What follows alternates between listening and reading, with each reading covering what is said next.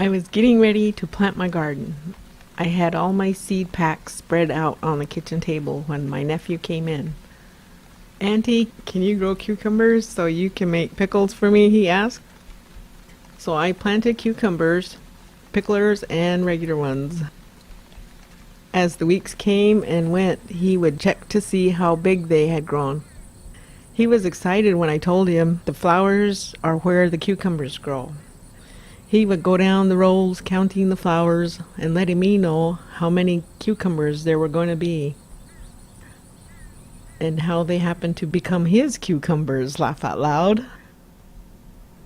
As they got about 4 inches long, he would say, "Can I just have one or two?" So I would let him take some to eat.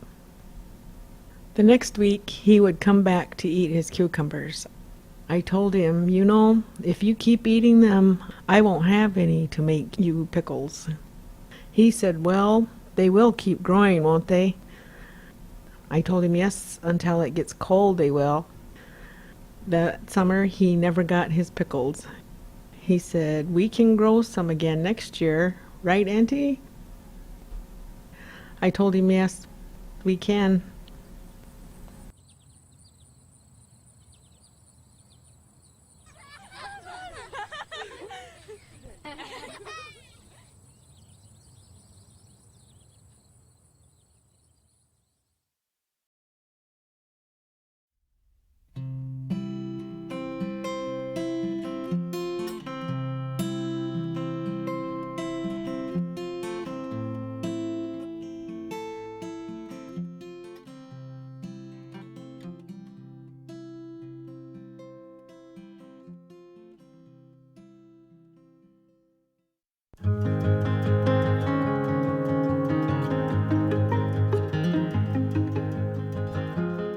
I never met my grandmother, but I feel like I know her through my mother's gardening.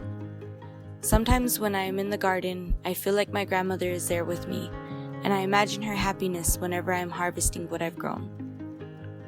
I want to share what I've learned from my mother and what she learned from her mother. I enjoy it when she shows my kids because I want them to learn how to grow their own food and to also carry on a family tradition.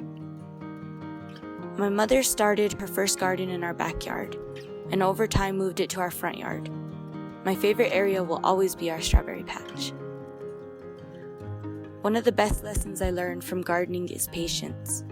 You can have all the tools and research you need, but when it comes down to it and you put that seed in the ground, if you don't take care of it, it won't produce. My mother enjoys making dilly beans, and last year I was able to grow her 3 different types of beans for them.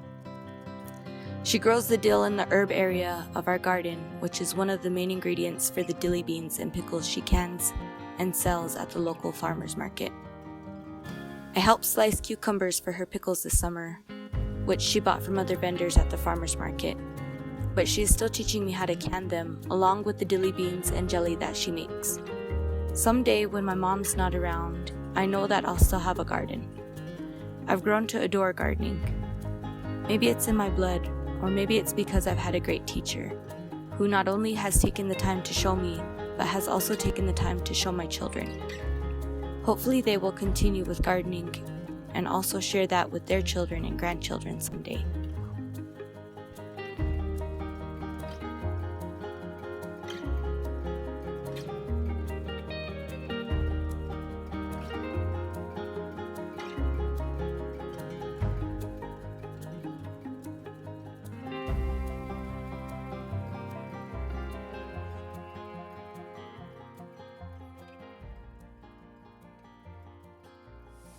Dilly beans, and then after they sit 24 hours you get to enjoy eating them.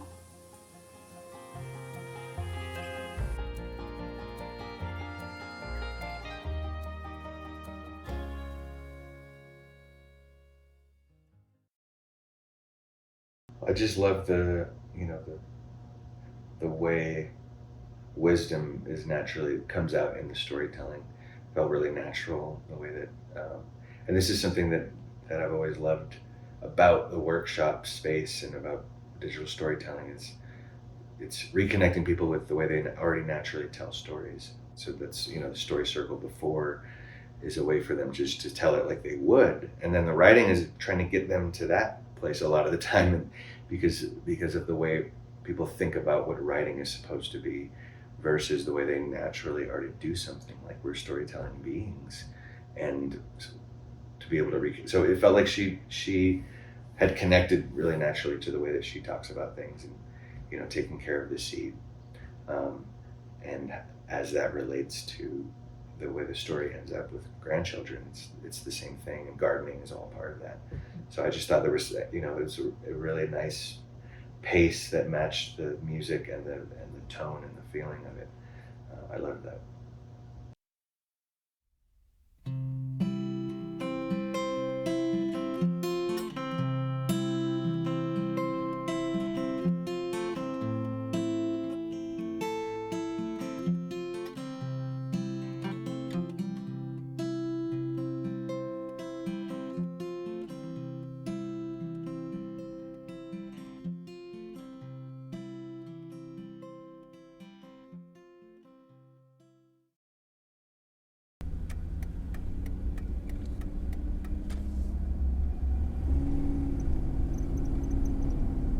We were driving too fast.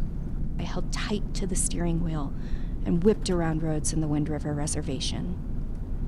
Melvin navigated and narrated from the passenger seat.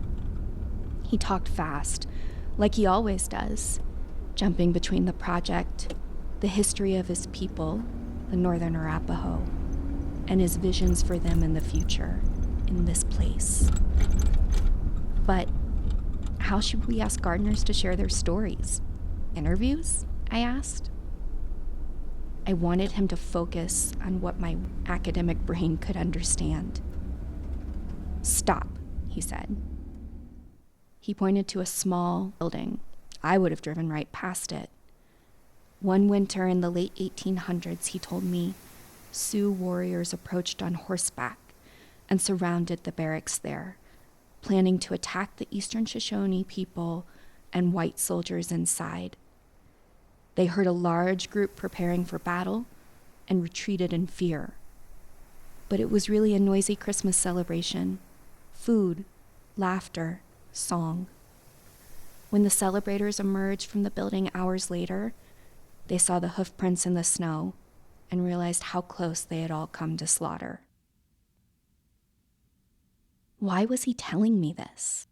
I was frustrated, mostly with myself. What did any of this have to do with our research? He turned to me and said, that's what this research is. How do we sustain this beyond the project and the funding and bring food sovereignty back to the community, the people? Sovereignty. It clicked. Food and celebration. Everyone lived another day, despite the enveloping violence. His hope for gardens to heal the people in the Wind River Reservation. The people should control their food system and how they tell and share their garden stories in their own voices. I'm still learning how to listen.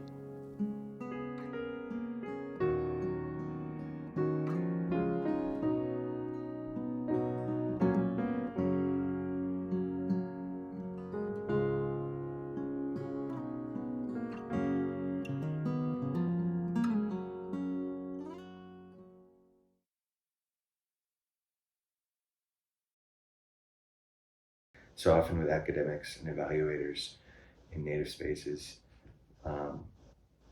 it's hard for people to get on board with something like storytelling and slowing down enough and listening enough to understand the value of people connecting to what we're talking about. Like, it's abstraction and data and all these things that and collecting is often so much a part of it, and Native people aren't interested in all of that stuff, and we have a really bad experience with a lot of that.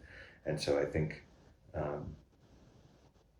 storytelling and the idea of connecting story with food, it makes so much sense. This the story within this story, which Mel told, obviously had been going on a long time, because, this enveloping violence and celebration, and sort of the celebration tricking them out of the violence, there's such a cool thing that actually happened, that the story got passed on. The story itself is about the power of storytelling.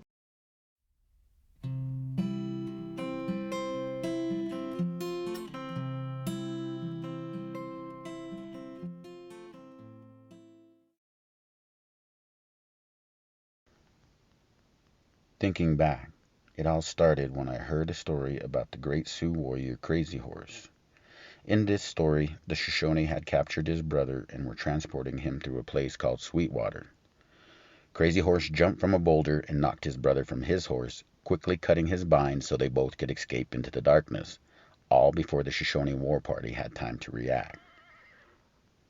Sweetwater is approximately 40 miles south of my family's allotted land on the Wind River Indian Reservation. I heard this story at the local community college, and it planted the seed of storytelling deep inside my soul. It gave me a sense of the Arapaho's place in the historical narrative of indigenous people. For me, as a research scientist, stories are the gold standard for narrative inquiry. I choose storytelling because of indigenous oral traditions, and I hope to use digital storytelling with Arapaho youth so they will not have to wait, like I did, to learn their history. I want us to pick from the trees of knowledge that still exist so we can make sense of our place in the world. I recently read in his dying words the Arapaho chief Sharpnose said, "Watch out for our children and yourselves. Stay together, as the Arapaho has always been as in the beginning, and be aware of the stranger and his strange ways." His last words made me think of 4 stories that have impacted me on my life's journey.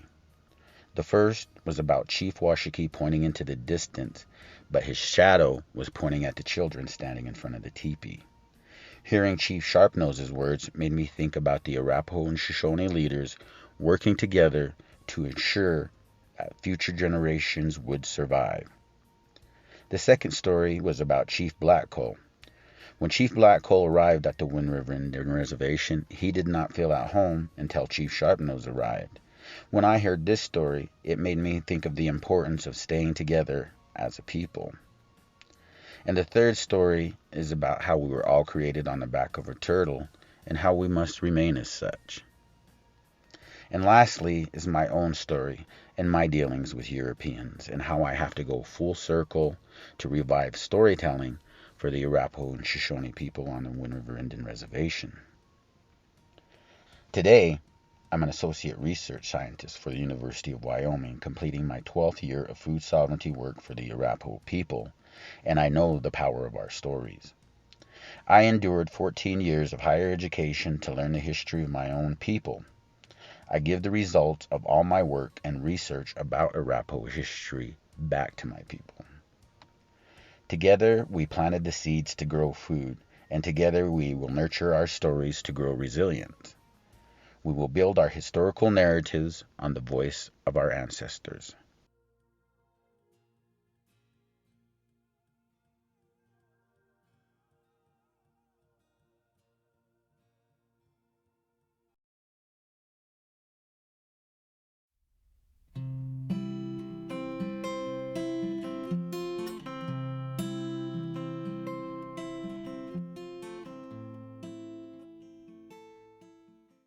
I mentioned in my video, I had to come to the University of Wyoming to learn the history of my people. But before that, the way I think I learned about my own identity was like what was known. And so growing up, it was like I knew I was Arapaho. Nobody had to tell me that. I knew we didn't have a really good relationship with the Shoshones, who also lived on a reservation, and nobody told me that. And I knew we had a really bad relationship with the non-natives in our border town of Riverton that we stay in. And nobody had to tell me these things about, being an Arapaho or, how I got that identity. It was just something like I grew up knowing. And I was wondering if you had any of that on when you were growing up, or with where you're growing up, anywhere. I mean, my dad's a fluent language speaker, and there was definitely the sound of Cheyenne. Because he spoke, he didn't teach us to speak it. My mom doesn't speak it, and he worked a lot. So, but growing up with the sound of Cheyenne and having him as a father, it was a little bit more local in terms of what I knew. This is what it meant to be Cheyenne, and I knew when we went back to Oklahoma, these are my people. But some of the stuff was missing in terms of the specific, like, what does it mean to be Cheyenne? What does it mean to be a Native person? How, being a bicultural person, having a white mother and a Native father created its own problems in terms of, like, I never felt like I was white. I never was treated as a white person. But I also, when I was around cousins, in Oklahoma, it's like, well, they live in the city. And so there's like a less than quality to it that I think when I was younger, created a tension in me around, like, well, what am I if I'm not enough? Or, what kind of Cheyenne am I? So, for me, it was having a dad who was steeped in the culture and the experience and the language, and being around him. And, I knew being Cheyenne meant that you're generous. There's a generosity that's embedded in it. If somebody says they like something that you're wearing, you have to give it to them immediately. This was like a Cheyenne thing. Might be an Arapaho thing too. Exactly. And so these kind of values that aren't always, when you're looking for validation from the outside, that's not an Indian thing according to the outside. But like we just found out just right now, that's something in your tribe too. And generosity is not really allowed to us as a quality of Native culture, and yet there it is. That was something that I grew up with. We couldn't step over somebody's on the ground. You're not supposed to step over them. This was something that we would get yelled at for. So there's whistling at night. So there's all sorts of those things that I grew up around, but I also didn't grow up around my tribe, and so there were certain aspects of it that there was tension for being half white and not growing up near a tribal community. There were things that I had to come to terms with and work out. And obviously I wrote a whole book on identity. So there's a lot of thinking and feeling that I had around it.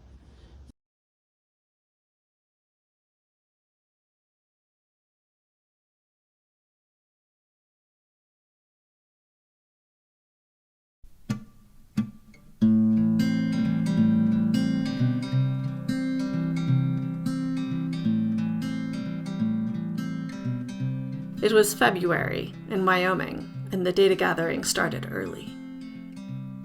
So, the sky was still dark when I pulled on my staff t-shirt. Then I slipped my medicine bag over my head. Everyone that day needed healing, including me.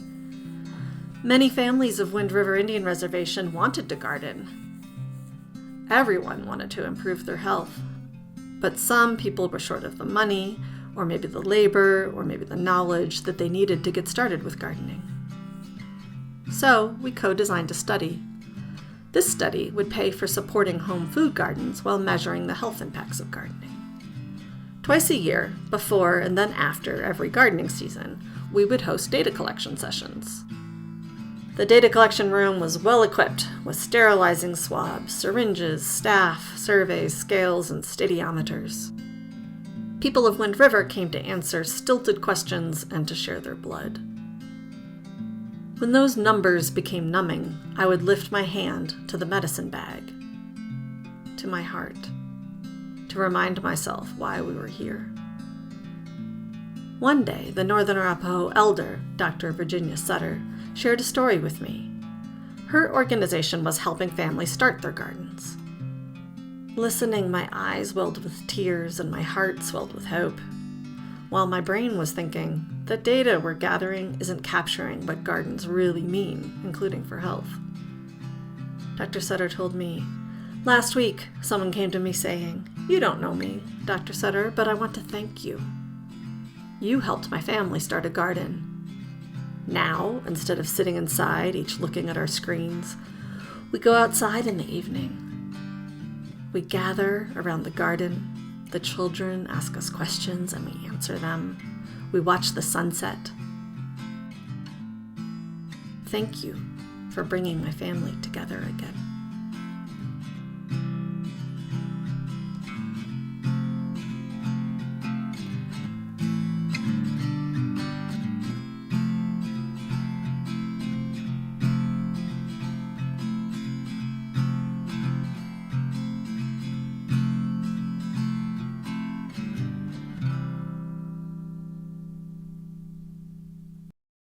The spirit of play naturally comes when you're outside and you're away from the things that are like, screens are not very interactive or engaging for the most part. And so I found that I found too that the gardening time and the way that it naturally made you playful and also gave you the sun vitamins and the magic. This is how disconnected I felt from food and from growing food. It felt like magic when vegetables appeared in our garden. It felt like something I only ever seen at the store that gets brought on a truck. That's almost like from Santa's workshop. Like to have it to grow your own. There's like a really it shouldn't feel magic or that special, but that should just show how disconnected we are from our food.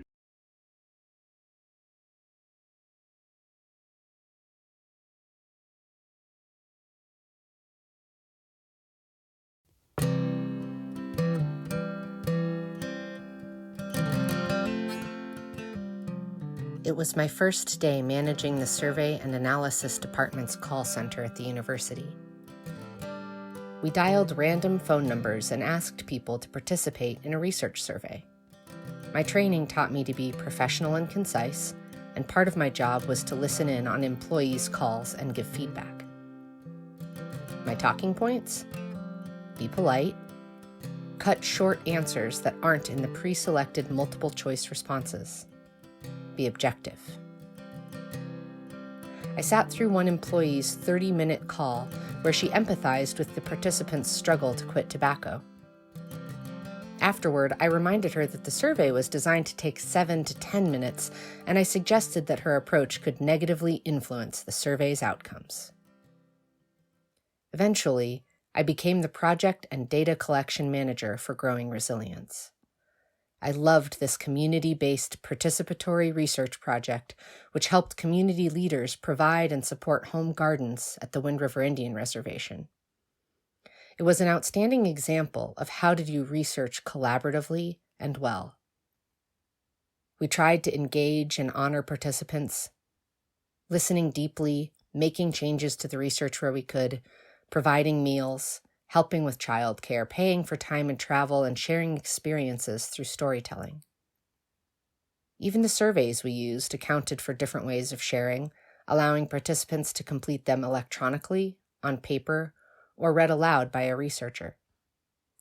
Talking to colleagues about other projects, I learned just how cutting-edge these small acts of humanity were within the research world. At one data collection session, I sat down with a participant who wanted to do her survey verbally. I asked, "About how many hours per week do you think you spent in your garden? 0, 1 to 3 hours, 4 to 7, or more than 1 hour per day?" She started telling me about how, at first, she spent a lot of time in the garden, but then her daughter got sick. I said, "The amount of time may have changed over the year, but on average, about how much time per week do you think you spent in the garden?" She continued to tell me about her daughter's illness and how it didn't leave any time to be in the garden. I was getting ready to try to prompt again, and she said, "And then my daughter passed away." I froze, staring at the survey. Then I looked into her eyes. We had an obligation to the study and to our funders. Eventually, I asked the next question, something about how many vegetables she ate. I got the numbers I needed that day, but her story still echoes in my heart.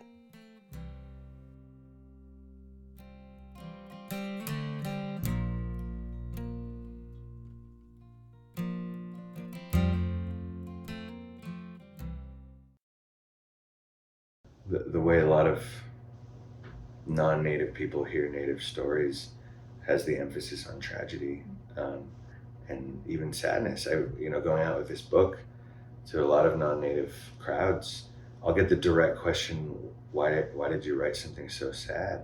And they don't know how problematic that statement is, or that question is, and how embedded their privilege is to not know what a life could look like, and to assume that their life is the default, and then anything that strays from that is a sadness. It's all the native people that I've talked to have an exuberance about the book and being seen and having these stories told in the way that it is. And I think the background of our lives being difficult is not what defines us ever, and it's not the stories that we tell ever either. If you listen to Native people tell their stories, they're not talking about the tragedy. That's the way that it's heard from the outside, and the way people should be taking the context of our lives. They should be relating it to history.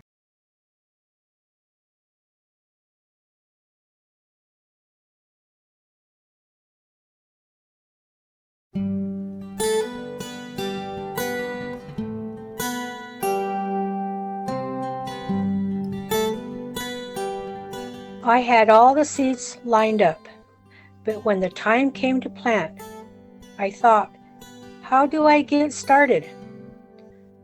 I was new in the Growing Resilience program, and the only thing I'd ever planted was flowers out at the village a long time ago. Robina lived across from me, and we decided to make our places look nice. I planted baby's breath, poppies, daylilies, and tulips, and Robina put in lilacs on the south side of her house. I live alone now, away from town, and because of the virus, I mostly see people on Zoom. On the weekends, Isaiah comes to stay with us. He says, "Grandma, you're the best cook ever. I just cook regular things." One of his favorites is spaghetti with just the sauce, no meat. But sometimes I cook traditional foods like deer steaks and elk stew. I also make pan bread and fried bread with pinto beans or butter beans, but I try not to do that very often. During the pandemic, there's nothing to do but stay inside and eat. So I said to Isaiah, next week we need to eat healthy. Almost every Friday last summer, Isaiah would jump out of the car and run straight to the garden my mother used for a dog pen 20 years ago. But Isaiah helped me rake it and pull the weeds, and now I've got 3 boxes in there. When my brother helped me pull out the old fence and put in the new one, he told me he remembered getting on our grandfather's wagon and driving out to some land we had by Trout Creek to take care of their garden. I was too young to remember that. I was not born yet. I messaged Robina. She said I'll stop by on my way to work and show you how to put your seeds in. We laid them out facing the south, west, and north, and after she drove to work, I planted them. From then on, when I had a problem or didn't know what to do, I'd message Robina. She'd come out all summer to check what was growing. We had fun together. I give Robina a lot of credit for getting my garden going.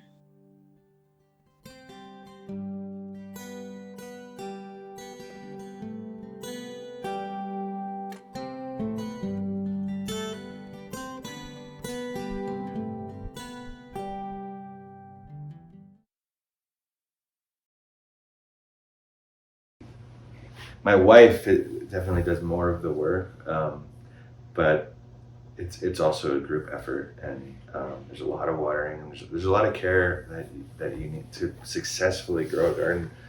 It's a lot of work, and that makes the eating of it different when you have a relationship to everything that goes into it, from seed to food. So yeah, that was our first time. Actually, I think the first year much less successful, and then the second year learning the lessons. I think had I not also gone through the pandemic and growing vegetables with my family, I don't know that I would have connected in the same way, but I feel really connected to it because I know what this is like, and we did this, and the joy of seeing something grow out of your garden and then cooking it and eating it is just like, it is a pretty new thing for our family. So I love the footage.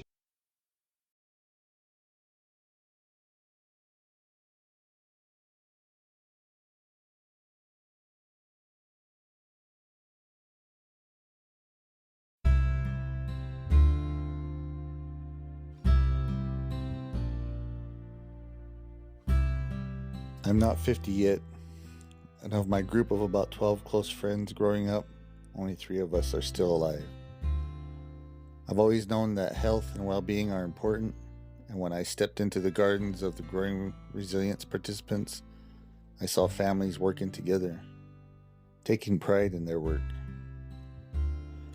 I started my own garden, and with the help of Hazen, my granddaughter with the green thumb, we've grown more than we can eat.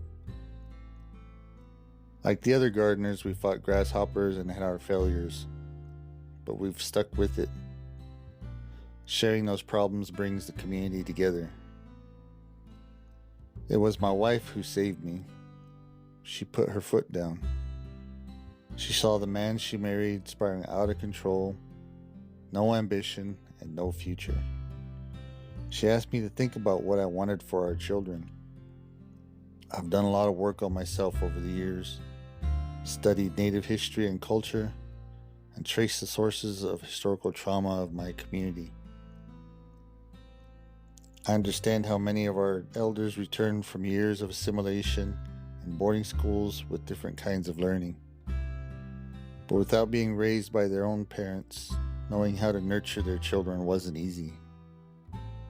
Something was missing, and I understand those sacrifices that were made. Today I'm the director of Shoshone Tribal Health, and Growing Resilience has helped me connect with my community and my family. This may sound funny, but nurturing the plants in my garden has helped me grow as a man, a husband, and a father. Someday, when my own children are at the age I am now, I hope the numbers have changed. I hope that more than a quarter of the people in their circle of friends will still be around, healthy.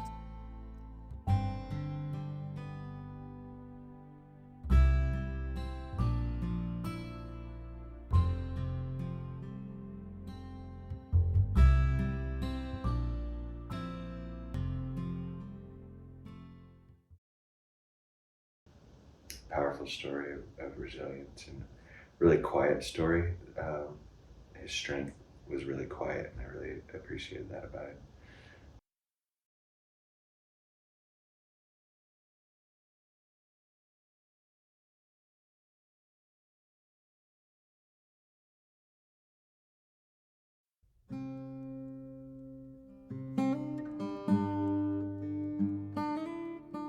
I was an adult when my uncle called to tell me he had my Indian name for me. So I stoked up the wood-burning stove and had a meal ready when he walked in. My garden is my place of naishente and natso. With COVID around, I worry. I take my plastic chair to the garden, and I pour out my sorrows and my worries to my plants, and I pray. They're alive, and since the horses are right next to the fence, they hear me too. When I found out about Growing Resilience, I thought to myself, I can do that. I've been growing flowers with my auntie for a long time back when I lived in the village, but there wasn't room for anything else. Now my husband and I live on our own land with his horses and pigs, and I remember my grandma's garden. I was 9 when my dad died, and in the time it took my mom to get over the shock, my sisters and I often stayed with our grandmother. She spoke to us in Shoshone while we planted the seeds in the earth, weeded and watered until the vegetables were ready to pick. My own garden is huge. My husband said, "You want a garden? I'll make you a garden." He leans on the fence and talks to me while I pull weeds. And when I told him I wanted my own pumpkin patch, he gave me half his pig pen. In the fall, I take all the kids in the area their own pumpkins. In the winter, I'm still in the garden, adding manure from the horses and getting it ready for spring. I'm connected to the earth, to my husband, my 4 sons, and my daughter, to our horses and pigs, to my heritage, my language, my culture, and always to my garden. Back to my name. It's Enga Davedoi. It means the red line before dawn. And really, that's a good name for me. I'm up to see the sunrise every morning, and my garden keeps me well.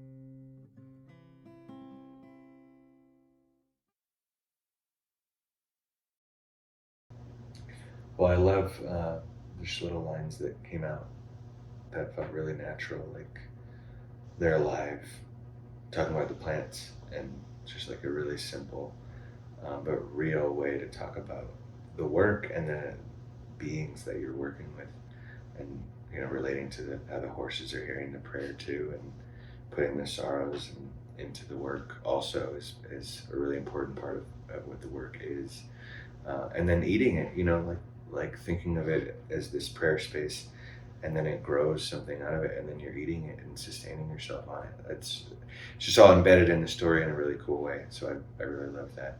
And then the way she said "back to my name" was just it's a really personal way and a natural way that for her to be telling the story. And I loved just visually how the transparency of her face into the sky and the red line was beautifully done. Yeah, the Red Moon story that I did was very much like a naming story that I didn't even know it was a naming story at the time, and I think a lot of naming stories, people don't mean to be telling their naming stories. It's like something that academics have called later, but it's really just a way to talk about who you are. I grew up hearing the Sand Creek Massacre story a lot. I heard it more than once, and it was my dad's naming story. The end of the story always ended the same way, and it's with this baby getting saved by a young man, and they trade names, and that's how my dad ended up with his Indian name. It had to do with survival, not massacre. I didn't know that till later, but this was a naming story. Native people really have such a complicated relationship to their own identities because of all the many ways that they tried to erase us and our connection to culture. And sometimes it's put on us, just like I was saying earlier about the weakness. It's our weakness. It's put on us like our culture wasn't strong enough. And it's not emphasized that, no, they tried to kill us, and then they tried to kill the thing in us that was us.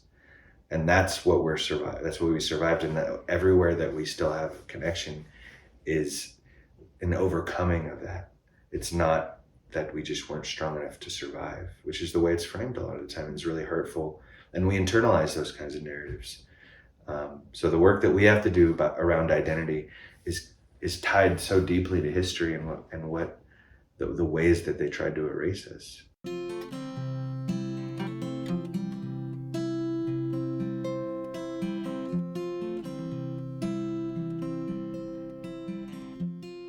We just got 2 Native TV shows for the first time in 2021. It's 110 years later.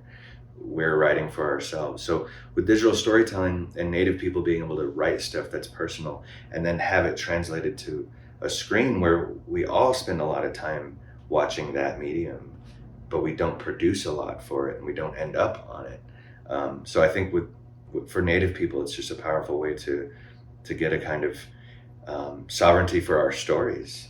You know, we sort of lost control of the narrative for a long time, and we're just starting to feel like we're being given that back. Connecting to gardening and the power of that, it has to go with story in a way for people to be convinced about it. They have to connect themselves to story and to the gardening and all of it, because gardening itself, just for gardening's sake, or just like being healthy for being healthy's sake, is an abstraction. But if you connect it to our narrative and to who we are as a people, then that's, you know, the value will be felt immediately by the people doing it. And all of this abstraction around doing things for reasons that aren't explainable, or just goodness for goodness sake or whatever, according to these well-intentioned white people, doesn't work. But we know what does. We just need the right access points, and I think storytelling is a really good one for that.